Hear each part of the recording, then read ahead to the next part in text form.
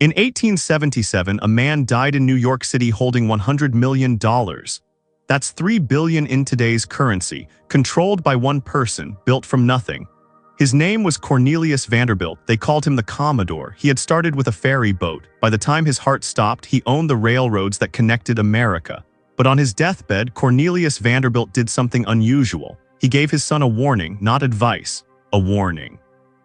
"Any fool can make a fortune," he told William Henry Vanderbilt. "It takes a man of brains to hold onto it." 8 years later, that warning would be ignored, and within 96 years, the Vanderbilt fortune would be gone, not reduced. Gone. This is the story of how the richest family in America made one compassionate decision that destroyed everything their patriarch had built. How kindness became the weapon that killed a dynasty. And how the grandest mansions in New York became monuments to a single, irreversible mistake. Cornelius Vanderbilt was not born into wealth. He was born in 1794 on Staten Island, the son of a ferry operator, no inheritance, no education past age 11, nothing handed to him. At 16, he borrowed $100 from his mother and bought a small sailboat. He used it to ferry passengers and cargo across New York Harbor. He worked the boat himself, slept on it, underbid every competitor until they either went bankrupt or sold to him. This was not business, this was war. And Cornelius Vanderbilt fought it with a clarity that most men never achieve. He understood that markets reward aggression, that customers do not care about fairness, that survival belongs to whoever is willing to work longer, charge less, and outlast everyone else. By 1846, Cornelius Vanderbilt had become a millionaire, not from luck, from consolidation. He understood something most men of his era did not, that scattered wealth is vulnerable wealth, that empires are built not by spreading resources but by concentrating them. While other ferry operators competed against each other, Vanderbilt bought them. While other businessmen diversified, Vanderbilt doubled down. He took every dollar he made and poured it back into dominance. When the California gold rush began in 1849, Vanderbilt didn't go west to dig. He built steamships to carry others. He profited from their dreams, from their desperation, from the fact that men will pay anything for a chance at fortune. He didn't need to believe in gold. He only needed to believe in human greed, and he was right. By the 1860s, Vanderbilt had shifted entirely into railroads. The steamship era was ending. The future belonged to steel and steam and tracks that connected cities. Vanderbilt saw it before most. He bought the New York Central Railroad and merged it with smaller lines, creating a transportation monopoly that stretched from New York to Chicago. He crushed competitors through price wars. He bribed legislators to block rival rail companies. He controlled shipping rates so tightly that entire industries had no choice but to pay his fees. Everything he touched, he consolidated. Everything he controlled, he held tight. And when he wrote his will, he followed the same principle. Of his $100 million estate, Cornelius gave over $80 million to his eldest son, William Henry. The rest was divided among his other children in token amounts. His second wife received almost nothing, his daughters even less. To the public, it looked cruel. His other children were furious. They sued. They accused him of senility, of being manipulated by William, of betraying his own blood. The lawsuits dragged on for years. Cornelius didn't care. To him, fairness was irrelevant. He had not built an empire by being fair. He had built it by being singular, by refusing to let control fragment, by forcing all power into one hand. He believed that wealth, like a business, could only survive if someone owned it completely, not partially, not cooperatively, completely. And so he gave everything to William Henry, not because William was his favorite, but because William was the one he had trained, the one he had tested. The one who had proven he could think like an empire builder instead of an heir. William Henry Vanderbilt was not his father's favorite son. For most of his early life, Cornelius doubted him, thought him too soft, too cautious, not ruthless enough to hold on to an empire. Cornelius had forced William to manage farms on Staten Island far from the family business. It was a test, a humiliation even. William spent years working land while his father built railroads, but William proved him wrong. He turned failing farms into profitable operations. He learned discipline, he learned patience. And when his father finally brought him into the railroad business, William ran it with precision. He didn't complain about the years of exile, he didn't demand recognition, he simply worked. And Cornelius, in his final years, realized that William was not soft, he was controlled. And control, Cornelius knew, was more valuable than aggression. When William inherited his father's 87% stake in the New York Central Railroad in 1877, he was 56 years old. Most men at that age slowed down. William accelerated. Within 8 years, he doubled the family fortune. By 1885, the Vanderbilt estate was worth over $200 million. William had expanded the rail network across the Midwest, invested in new lines, crushed competitors, and maintained the monopoly his father had built. He was a better manager than his father, more strategic, less impulsive. He didn't fight price wars for pride, he fought them to win, and he won consistently. But William also did something Cornelius never had. He gave money away, he endowed universities, he funded hospitals, he donated to churches and orphanages, and most visibly, he built the Vanderbilt block on Fifth Avenue in Manhattan, a row of massive limestone mansions that announced to the world that the Vanderbilts were not just rich, they were permanent, they were aristocracy. The mansions were French chateaux transplanted to New York, marble staircases, ballrooms that could hold hundreds, libraries filled with rare books, art imported from Europe. These were not homes, they were declarations. And Fifth Avenue, once a residential street for old merchant families, became Vanderbilt territory. But inside those mansions, William Henry Vanderbilt struggled with something his father never did. Doubt. He once said, "Inherited wealth is a real handicap to happiness." He meant it. William had watched his father hoard control. He had seen the resentment it caused among the other children, the lawsuits, the bitterness. The way his sisters had been excluded from the fortune. The way his brothers had been given just enough to survive but not enough to matter. And he had watched his father die alone, surrounded by lawyers instead of family. The Commodore's funeral had been grand, but it had not been warm, and William, despite all his success, did not want that. He wanted to be loved, he wanted his children to be happy, he wanted to be fair. And in 1885, when his own health began to fail, William Henry Vanderbilt made a decision. He would divide the fortune. He would not repeat his father's cruelty. He would give each of his children enough to live in comfort, enough to pursue their interests, enough to never resent him the way he had sometimes resented his own father. It seemed at the time like wisdom, like evolution. Like the mark of a man who had learned from the past. But it was a miscalculation, because William had confused generosity with strategy. He believed that love and wealth could coexist without discipline, that his children would remain united simply because they were family, that giving them freedom would not cost them their legacy. He was wrong. The will was signed in December 1885. William Henry Vanderbilt died a few days later at age 64 from a stroke. When the document was read, it revealed something no one expected. The $200 million fortune would not go to a single heir, it would be divided. His widow received a substantial share. His 9 children received shares. Charitable causes received millions. The 2 eldest sons, Cornelius II and William K., received the largest portions. But even they did not get enough to maintain sole control of the business. The rest was scattered. On paper, it looked generous, equitable, modern. In practice, it was a death sentence. Because William had violated the one rule his father had lived by, concentration of power, Cornelius Vanderbilt had built an empire by consolidating, by refusing to let wealth fragment, by forcing one son to carry the entire weight of the family legacy.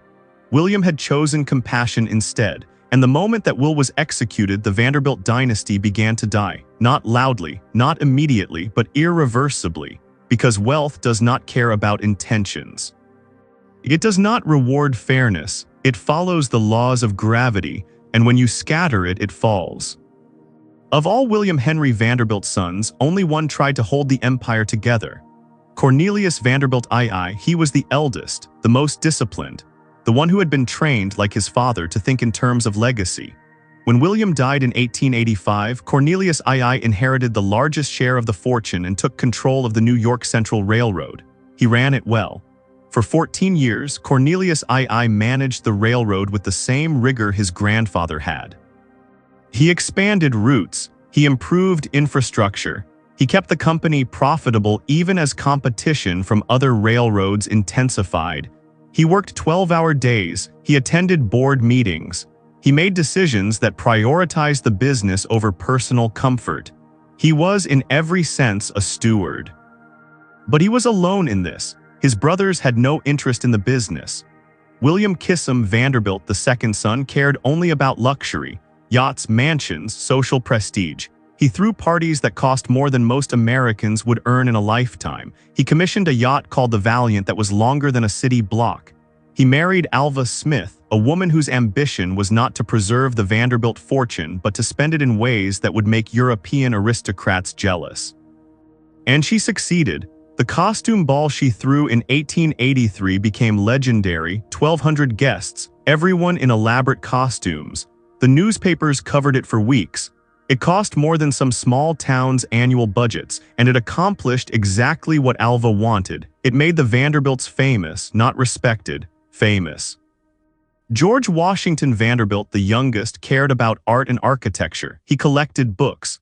He traveled through Europe buying paintings and sculptures. He spoke multiple languages. He was cultured in a way his grandfather would have found useless. And Cornelius II could not force them to care. Because the fortune had been divided, his brothers did not need the business. They had inherited enough to live without working, enough to build monuments to themselves. And that is exactly what they did. In 1895, George Washington Vanderbilt completed construction on Biltmore Estate. It was the largest privately owned home in America. 178,000 square feet, 250 rooms, 65 fireplaces, set on 146,000 acres of North Carolina forest. It cost $6 million to build. For context, that was roughly 3% of the entire family fortune at the time. George Vanderbilt spent 3% of his inheritance on a single house. Not an investment, not a business, a house. He filled it with art, with tapestries imported from Europe, with a library of 23,000 books. He hired Frederick Law Olmsted, the man who designed Central Park, to design the grounds. He built a village on the property to house the staff. He installed electricity, an indoor pool, a bowling alley. Biltmore was beautiful. And it was a perfect symbol of what was happening to the Vanderbilt fortune. It was being turned into Dacre. George never married until late in life. He had no heirs for most of his adult years, and yet he built a house designed for dynasties. A house meant to last centuries, but dynasties require more than architecture. They require discipline, and George had none. He spent the rest of his life maintaining Biltmore, paying its taxes, hiring staff, importing more art. He died in 1914, having contributed nothing to the family business, having built nothing that generated wealth. He left behind a mansion that his daughter could not afford to keep. Within a generation, Biltmore would be open to tourists just to pay the bills. It still operates that way today. A monument to a man who confused beauty with legacy. Meanwhile, in New York, William Kissam Vanderbilt had built his own monument. A French chateau on 5th Avenue, 665th Avenue, designed by Richard Morris Hunt, the most expensive architect in America. Marble, limestone, gilded interiors, a ballroom that could host 400 guests. William K. lived there with Alva until their marriage collapsed. She had become bored with him. He had become bored with her. They divorced in 1895, a scandal in an era when divorce among the elite was rare.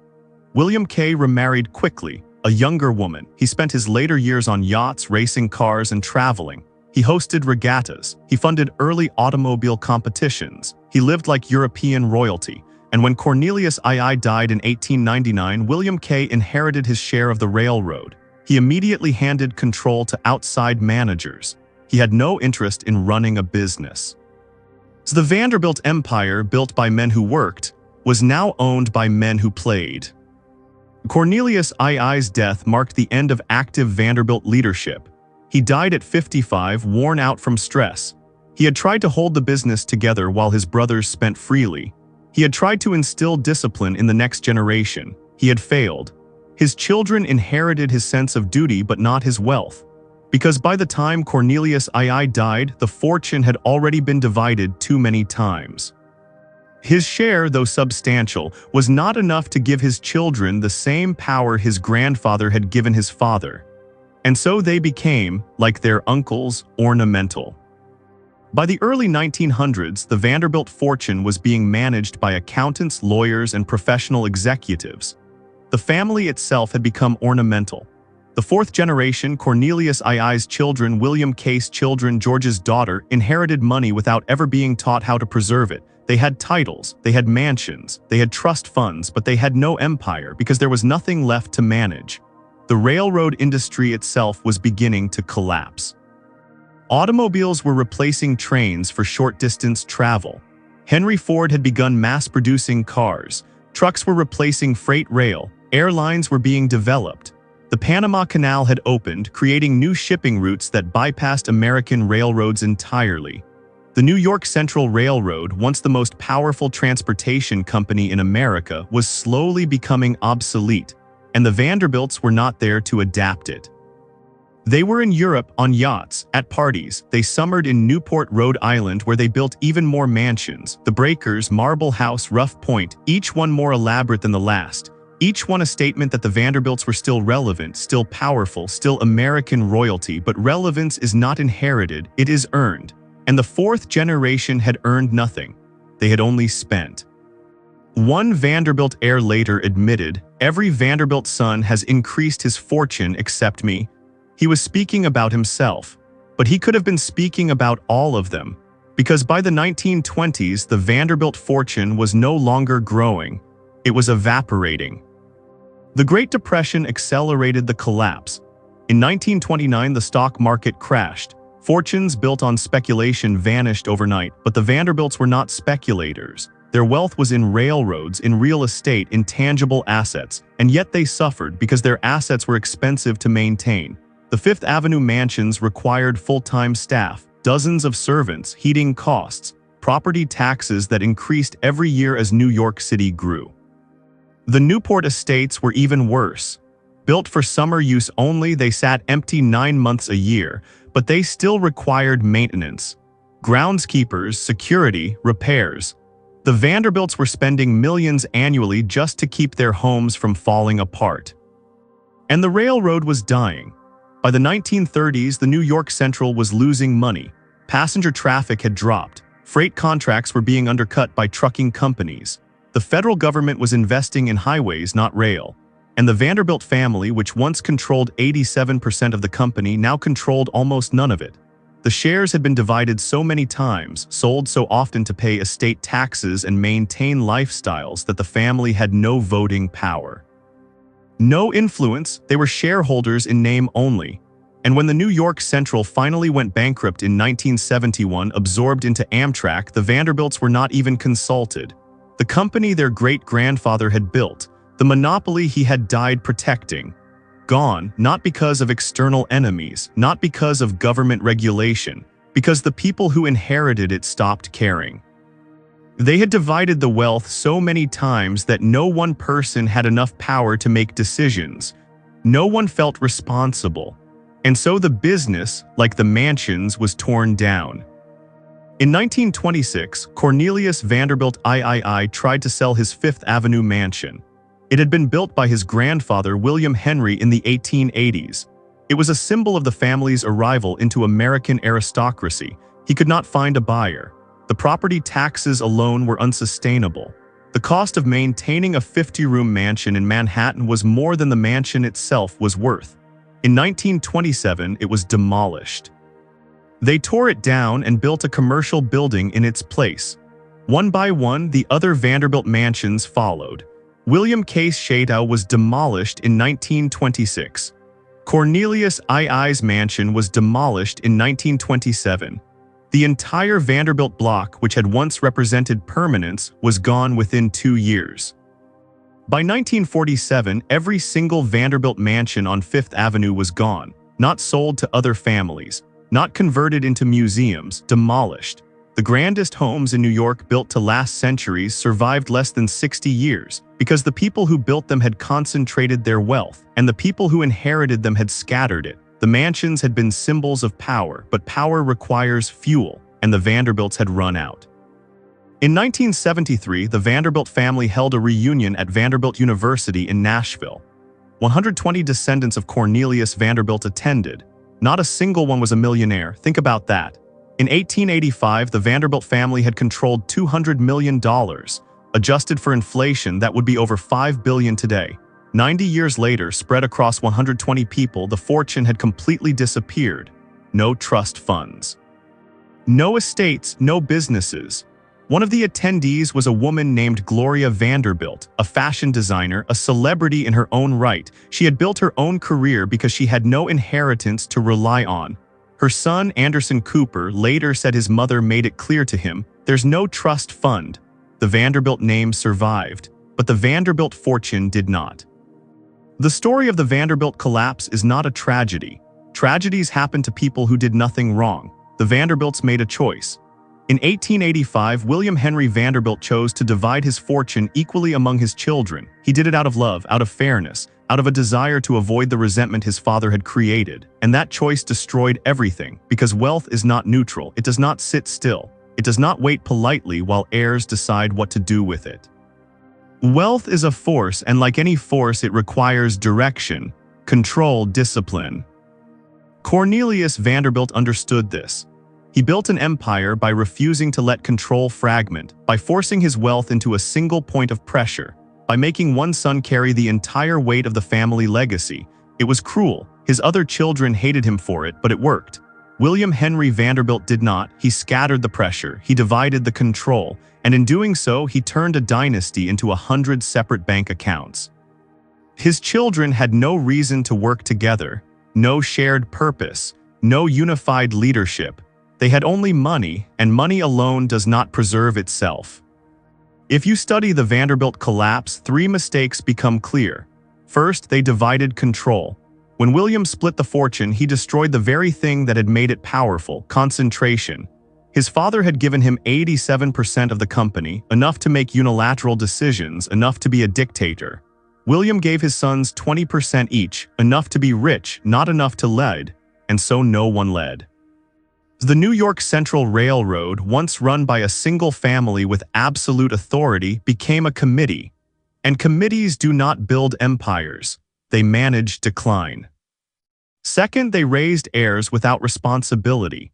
Cornelius had trained William by forcing him to manage farms, oversee businesses, make decisions that mattered. He had exiled William from the family business for years, not out of cruelty, but to see if William could build something on his own. And William had. He had turned failing farms into profitable operations. He had proven that he could create wealth, not just inherit it. But William did not do the same for his sons. He raised them in mansions. He gave them tutors, servants, trust funds. He gave them everything except the one thing that mattered, the expectation that they would carry the weight of the family. By the 3rd generation, Vanderbilt children did not know how to build. They only knew how to spend. They had been raised as aristocrats, but aristocracy in America is a performance. It requires constant wealth to sustain. And the Vanderbilts, by the 3rd generation, were no longer creating wealth. Third, they built monuments instead of systems. Biltmore Estate is still standing today. It is a tourist attraction. You can pay $20 to walk through George Vanderbilt's library. You can see the art he collected, the tapestries he imported, the bowling alley he installed. It is beautiful and it is meaningless because beauty does not compound. The New York Central Railroad is gone, the company that actually generated wealth, the business that employed thousands, the monopoly that connected cities. Gone because the Vanderbilts spent millions on houses, yachts, and parties, and they spent almost nothing on trusts, governance structures, or long-term financial planning. They built symbols of wealth. They did not build systems to preserve it. William Henry Vanderbilt loved his children. That is not in question. He wanted them to be happy. He wanted them to avoid the bitterness that had poisoned his own childhood. And so he gave them equality. He gave them freedom. He gave them enough money to never need him, and in doing so, he gave them nothing that would last, because a dynasty is not built on kindness. It is built on weight, the weight of responsibility, the weight of expectation. The weight of knowing that you are carrying something larger than yourself. Cornelius Vanderbilt forced his son to carry that weight. He gave William no choice. He gave him $80 million and the expectation that he would double it. And William did, because he had no alternative, because the weight made him strong. William Henry Vanderbilt lifted that weight from his children. He divided the fortune so that no single child would feel the pressure his father had placed on him. He thought he was being merciful. He thought he was evolving past his father's cruelty. But pressure is what creates diamonds, and without it, his children became decorative. They became consumers. They became the fourth generation that lost everything. Because when the weight was gone, so was the discipline. And when the discipline was gone, so was the dynasty. Today, the Vanderbilt name exists on universities, hospital wings, and historical plaques. Vanderbilt University in Nashville still carries the name. So does a medical center, so do a few streets in Manhattan, but the fortune is gone. The mansions are gone, the business is gone, all that remains is a lesson. That great wealth requires great discipline, that empires are not inherited, they are maintained. And that sometimes, the kindest thing you can do for your children is to force them to be strong enough to survive what you leave behind. The irony is that William Henry Vanderbilt knew this. His father had told him directly, "Any fool can make a fortune, it takes a man of brains to hold onto it." William had proven he had the brains, he had doubled the fortune, he had expanded the empire, he had done everything right except the one thing that mattered. He had not prepared his children to do the same. He had loved them too much to burden them, and in doing so he had condemned them, not immediately, but inevitably. Because wealth is not a gift, it is a test. It tests character, it tests discipline, it tests whether you are strong enough to carry something that wants to fall apart. Cornelius Vanderbilt passed that test. William Henry Vanderbilt passed that test, but neither of them built a system that would allow future generations to pass it. They relied on individual strength, and when that strength was not passed down, the empire collapsed. Not because of outside forces, not because of bad luck, but because inheritance without responsibility is just a slower form of bankruptcy. The Vanderbilts had 120 descendants at their 1973 reunion. If William Henry Vanderbilt had kept the fortune concentrated, if he had given it all to Cornelius II and demanded that Cornelius II do the same, perhaps one branch of the family would still be wealthy. Perhaps the New York Central Railroad would still be family-controlled. Perhaps the mansions would still stand. But that is not what happened. What happened is that compassion destroyed what cruelty had built, and the Vanderbilts, once the richest family in America, became a cautionary tale, a name on buildings that no longer belonged to them, a case study in how not to preserve wealth, and a reminder that sometimes the hardest decisions are the ones that matter most. William Henry Vanderbilt thought he was protecting his family. He thought he was giving them freedom. He thought he was evolving past the brutality of his father's generation. But he was wrong. He was not protecting them. He was sentencing them to irrelevance. And by the time anyone realized it, it was too late. The fortune was scattered. The business was lost. The dynasty was over. And all that remained was the lesson that wealth does not care about intentions. It only cares about discipline. And the Vanderbilts, in their kindness, forgot that.